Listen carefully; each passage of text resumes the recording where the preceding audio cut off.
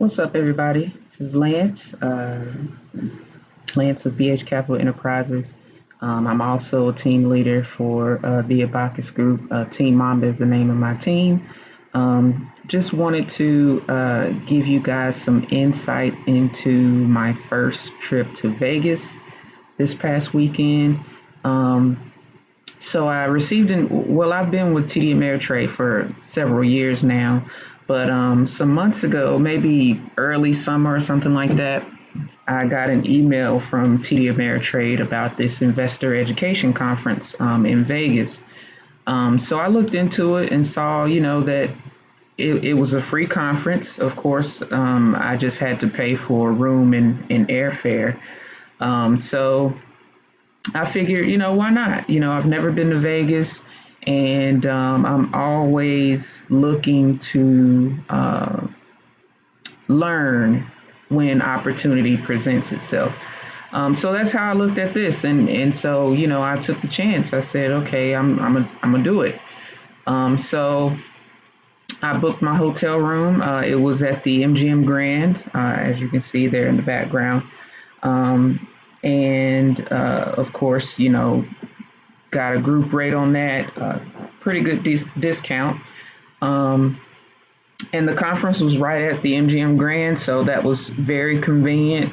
Booking my room was very seamless. I didn't have to pay until the day of, but I booked the room, booked the flight. The flight was relatively inexpensive, round trip, nonstop. Um, so I get to the hotel. Well, actually, the morning that I was headed to Vegas, which was last Thursday, I received an email from the hotel to pre-check in. So I went through that process and let them know, an estimated time of arrival. So I put that in there. And then, I went through a couple of screens and ended up, you know, paying for my room before I checked in. So when I landed in Vegas at the airport. Something that was interesting to me that I had never really seen before, maybe I had never really paid it any attention. But at Vegas, in Vegas, they kind of separate the taxis from Uber and Lyft, from the ride sharing company. So walked out, to uh, the arrivals area, the pickup area outside the airport, and there were only signs indicating, line up here for a taxi. So it was almost like, you don't really get a choice in taking a taxi or whether to take Uber or Lyft. So, me seeing as though I'd never been there before, I didn't see any, signs for Uber. I didn't see anything that looked like Uber. So I was like, I'm gonna just take the taxi to the hotel. And I looked at, Uber prices, and the hotel MGM Grand is a very short drive from the airport. So that was good. So my Uber drive would have been maybe about 15, $16, not including tips. And so I was just curious and a little confused. So I got into a taxi, pulled up at the airport about maybe 15 minutes later, and the taxi ride was pretty expensive, almost $27 compared with, I would have paid about 20 with Uber, including a tip for the driver. So right at that moment, I decided, okay, I will never take another taxi in Vegas because it's crazy expensive. So I pull up to the hotel. And, I mean, it looks just like you're seeing there in the picture. It's a lot going on in the valet area in front of the hotel. Taxis everywhere, cars everywhere, and so I get out of the taxi, pay them whatever, and I go into the hotel, and I see when I walk in, there's an area for like mobile check-in. And I made note of that, but I didn't go over there because I wasn't sure. So I walked to the main check-in area. And that was very, very seamless. I let the lady know as soon as I walked up that I did the pre-check-in. So all I had to do was show her my ID and my credit card, and she gave me my keys. And actually, she upgraded my room. So I was actually going to be on the sixth floor initially, but she moved me up to an 11th floor room. She said I would get a better view. So, okay, cool. Didn't cost me anything, so I'm cool with that. Um, Immediately I noticed, me being from, North Carolina, you don't see smoking indoors, or at least I don't see it in my everyday life. So I was a little taken aback when I walked into the hotel and saw people, smoking cigars, smoking cigarettes. I'm not a big fan of cigarette smoke, but I'll tolerate it if I feel like I have to. And for me, it was like, it's not like I'm inhaling cigarette smoke often. It's not very often that I do. So, and plus, I wasn't planning to do any gambling in the casino, so all good. So that was something that kind of took me aback a bit. But so I go up to my room. My room is nice and clean. MGM Grand is a nice hotel, um, and I look out at my view. It's a pretty decent view, being on the 11th floor, just looking out over Vegas. Um, I also noticed that, and I think it's kind of like a trick of the mind, is my hotel room, and it might be the case for about all the rooms in the MGM Grand, didn't have blackout curtains. So I was just like, well, okay, we'll just see how it is tonight. And I guess I got used to it, but at night I would catnap because I would wake up in the middle of the night and look over at the window, and it would look like daytime, because the light shining up at the building. So I kept thinking that I was missing sessions, because I was oversleeping. But that wasn't the case. But I could see how people would be tricked or fooled into not sleeping because inside your room it doesn't look like nighttime, at least when you look out the window or look at the window. But that was kind of funny, but I guess I got used to it. But so the check-in process was very, very seamless for me. I know some people had some issues with getting into their rooms, but that wasn't the case for me. I When I first heard about the investor education conference, I checked with some of my comrades in the Abacus to see if they received the same email. Some people had, some people hadn't. And so the ones that had not, some of them I forwarded the email so that they could read up on it as well. And some of my people in my chart masters group, which is people that I've taught how to read charts. Um, some of them actually signed up or registered to go as well. And one of the guys in Detroit, he already knew about it long before I did, and he had already signed up to be in Vegas. So when I mentioned it to the group, he mentioned that he went to an in-person conference in his area and he really enjoyed it, and he signed up to go to Vegas right there in Detroit. So that kind of gave me some a good feeling about choosing to go myself. So get there to the conference. That Thursday evening, we picked up registration packets, which had our itineraries. There were not a lot as in overwhelming amount of sessions, but there were a lot of great sessions to choose from. I really wish that I could have gone to every single one of them because every one that I went to, I really got something good out of it. And the instructors um, they weren't talking talking over people's heads, so they were very sensitive to the fact that there were, investors and traders in the room from beginner level to advanced level traders. So I really got some insight on a lot of things that, things that I had considered before and things that I also had not considered before.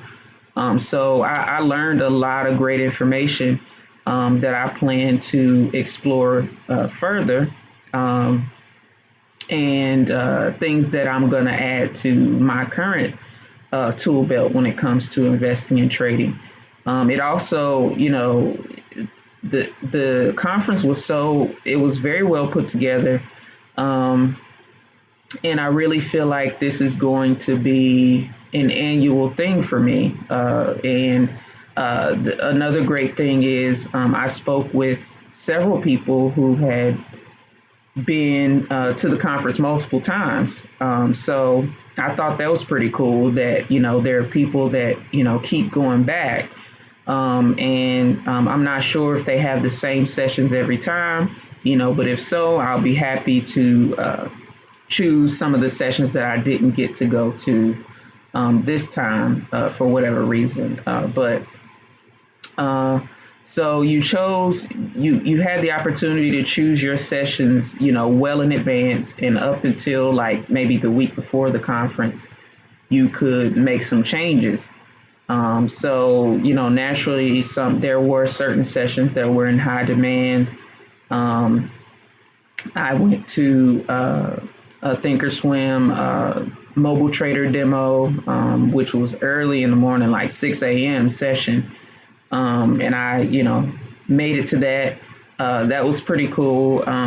In most of my trading is on Thinkorswim, so I know a lot about the platform already. I was really going there hoping to um, maybe see some things that I didn't know as far as functionality and whatnot.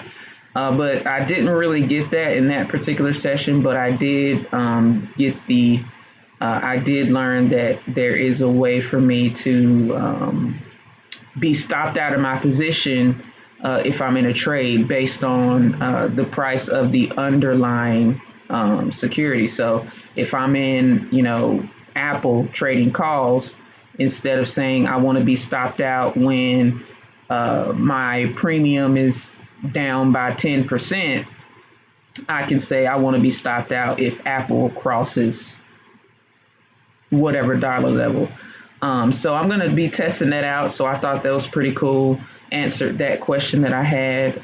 So that was great.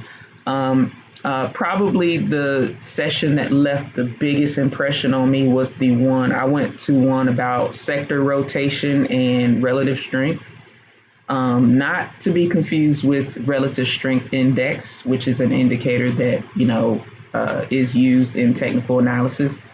But so relative strength, basically, in this sense, it compares.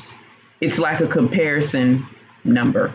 It allows you to. It basically quantifies the relative strength of a particular ticker symbol or company to its overall industry or basket of companies. So I thought that was pretty cool.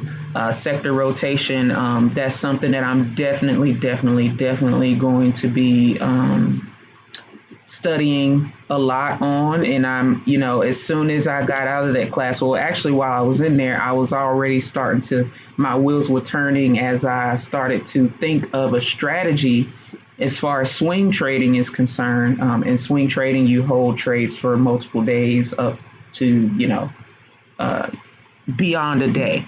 So I thought that was very, very cool. It's probably my favorite session of all. The food, they serve breakfast, lunch, and that the first night they served dinner. Food was okay. Um, some of it wasn't so great, but I wasn't expecting a whole lot in terms of that because it was a free conference. So I went there for the knowledge anyway, not for the food. I can go out and explore to get food.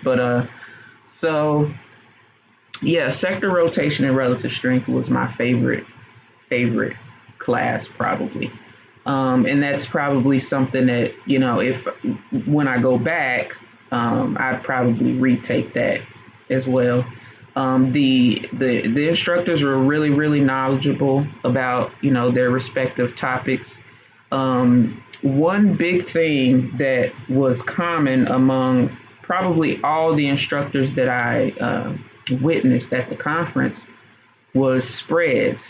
A lot of them trade spreads as opposed to the more directional type strategies. So, vertical spreads, iron condors, iron butterflies, things like that. So, where basically your risk management is built into the strategy. So, and a while back, I had plans or had started to study spreads and all kinds of multi-leg strategies, but I had some other things going on and didn't really have the time to dedicate like I wanted to doing that. So I think that's something that in the near future I'll be getting back to. So that was another common theme. TD Ameritrade also has apparently smaller conferences in cities all across the United States. So this conference that I went to in Vegas was kind of like a gentle reminder for me to check into local events to see if there are any in my area. So I'll be doing that. And I actually got an email from a rep a few weeks ago just letting me know that, hey, I'm your rep in this area. If you have any questions, just kind of touching base with me. So overall, the conference just further reinforced my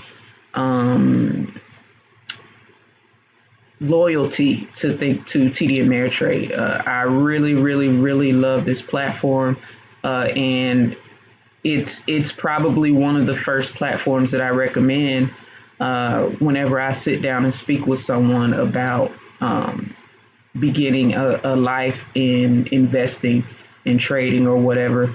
I recommend TD Ameritrade.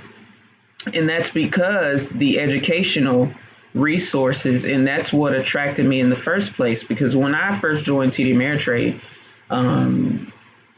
the commission was $9.99.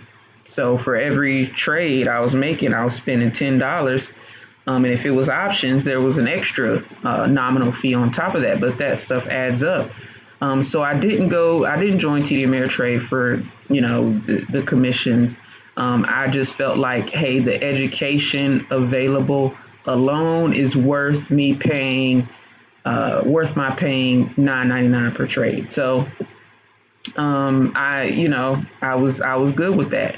And then when I discovered Thinkorswim, it just blew my mind. And that was a part of the reason I was determined to learn technical analysis, because I really liked the Thinkorswim interface.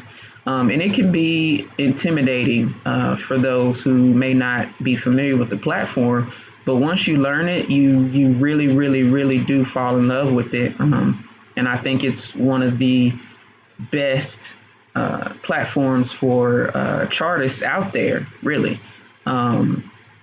So another thing about Vegas, it was really cool meeting other fellow comrades in the Abacus. A lot of us, we've known each other for some years just on social media. So it was nice to actually meet in four dimensions and spend time and laugh and talk and, kind of get to know each other. So that was cool.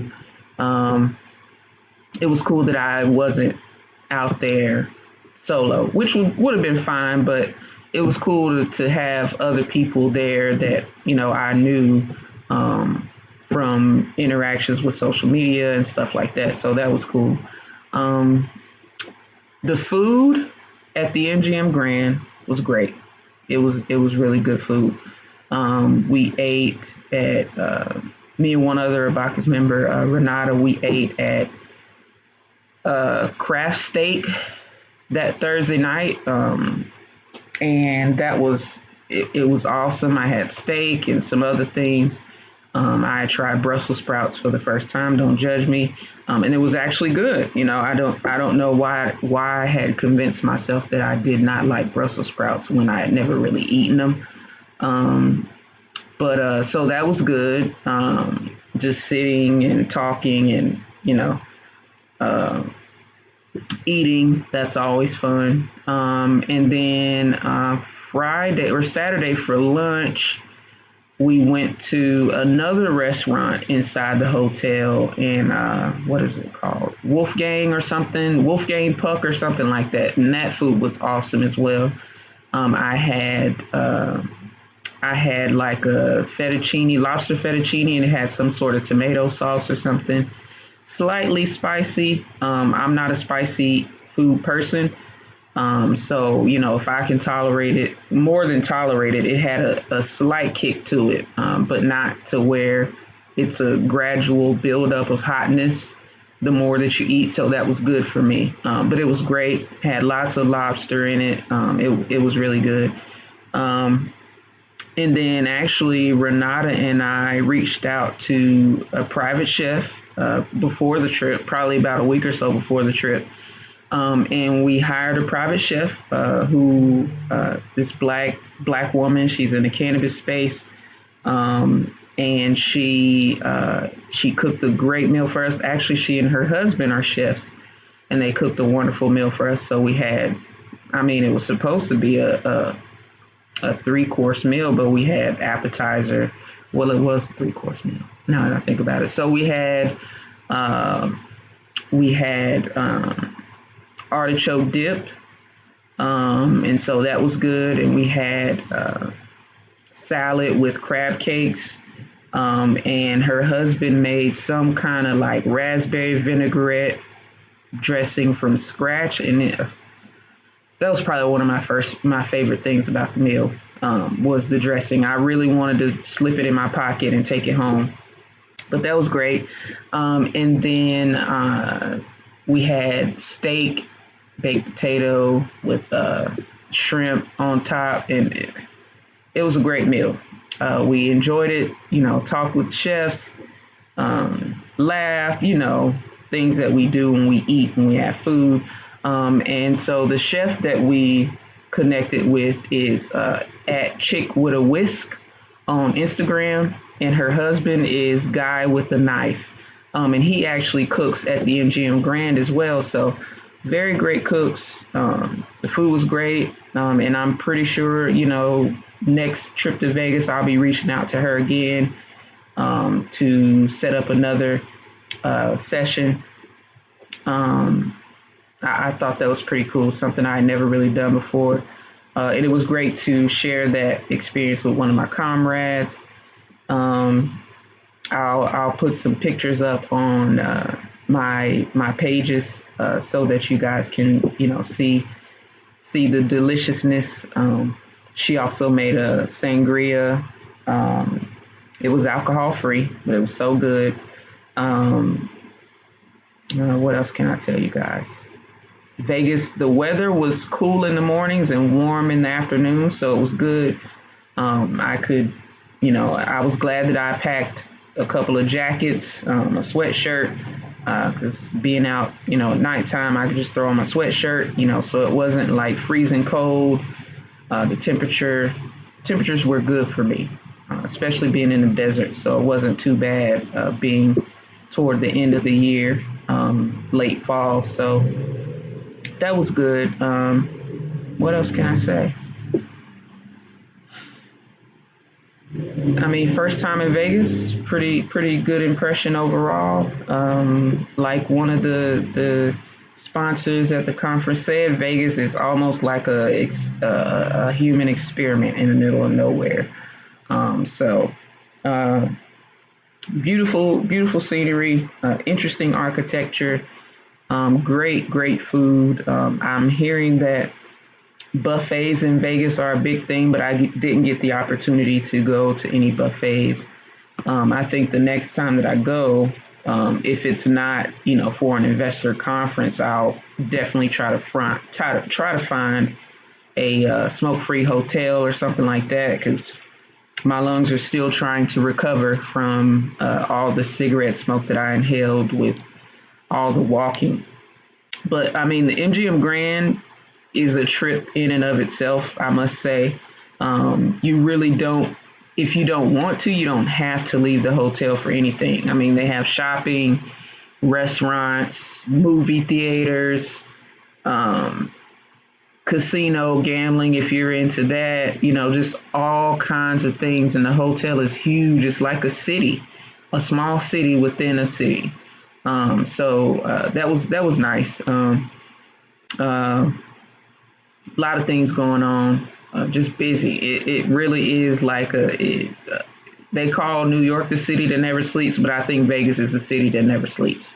Like literally never sleeps. I couldn't even get curtains for my hotel room window uh, because I think I was being tricked in trying to go downstairs and gamble, but I'm not a gambler. So, but anyway, um, thanks for watching. I really enjoyed my trip to Vegas, my first time in Vegas. I'm definitely going back for another TD Ameritrade Investor Conference. Um, Totally worth it. I probably spent less than $1,000. Not even probably. I spent less than $1,000 for the whole trip. That includes hotel, airfare, and things of that nature. So it was cool. I think next time I will wait a little bit to order my plane ticket because it seems as though they got cheaper the closer that we got to the date. I pretty much, when I made the decision to go this past summer, I pretty much bought my flight right away. Um, so yeah. But anyway, Vegas was great, first time, great experience. TD Ameritrade, wonderful conference, wonderful information. I learned a lot. It was awesome. But if you have any questions, reach out to me. Again, the chef is at Chick with a Whisk on Instagram, and her husband is Guy with a Knife on Instagram. Um, and you can kind of see some things that they do. And like I said, I'll put up some pictures so that you guys can see. And actually, the chef Chick with a Whisk is in New Cannabis Ventures. So there's an article in there with a picture of her. She actually assisted a publicly traded company on bringing their edibles online. So that was pretty dope. Talking to her about that from that respect. So um, great stuff, great people, great food, great information, and you guys have a good day.